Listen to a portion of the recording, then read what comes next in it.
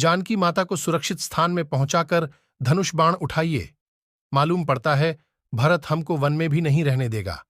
आज मैं सबका बदला लूंगा। भरत को भाई समेत समरभूमि में सुलाकर कैकेयी और मंथरा को भी जिंदा नहीं छोड़ूंगा। पेड़ से उतरकर लक्ष्मण धनुष बाण लेकर तैयार हो गए। उन्हें उत्तेजित देखकर राम बोले, लक्ष्मण, वीर पुरुष धैर्य और समझदारी से काम लेते हैं, उतावली न करो।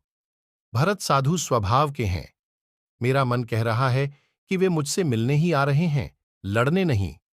तुम यह जानते ही हो कि मुझे राज्य पाने का तनिक भी लोभ नहीं है। भरत जैसे प्रिय भाई को त्याग कर मैं स्वर्ग को भी नहीं चाहता। तुम भरत के प्रति अनुचित भावना को अपने मन में मत लाओ। मुझे भरत पर पूरा भरोसा है। भाई, राम के ये वचन सुनकर लक्ष्मण शांत हो गए। इधर भरत सेना को ठहराकर शत्रुघ्न के साथ आगे बढ़े। उन्होंने देखा कि तेजस्वी राम एक शिला पर बैठे हैं। पास में ही सीता और लक्ष्मण भी बैठे हैं। वे व्याकुल होकर राम के चरणों पर गिर पड़े। भरत को देखकर राम भी हड़बड़ाकर उठे। कहीं धनुष गिरा, कहीं बाण और कहीं उत्तरीय।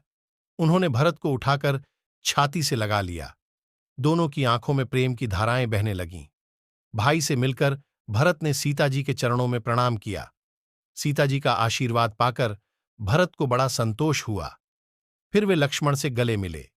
शत्रुघ्न ने भी राम, लक्ष्मण और सीता जी के चरणों में प्रणाम किया।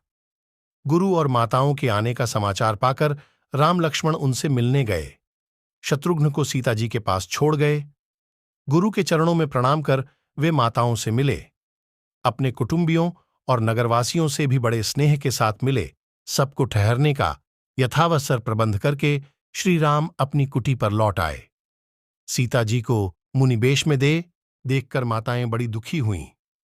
अब कैकेयी भी मन ही मन पछता रही थी।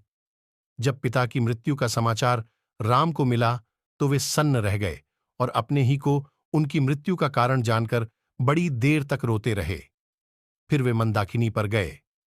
वहां उन्होंने पितृतर्पण किया और इंगूदी के फूलों से पिंड देते हुए वे बोले, पिताजी, आपके बनभवासी पुत्र के पास पिंड।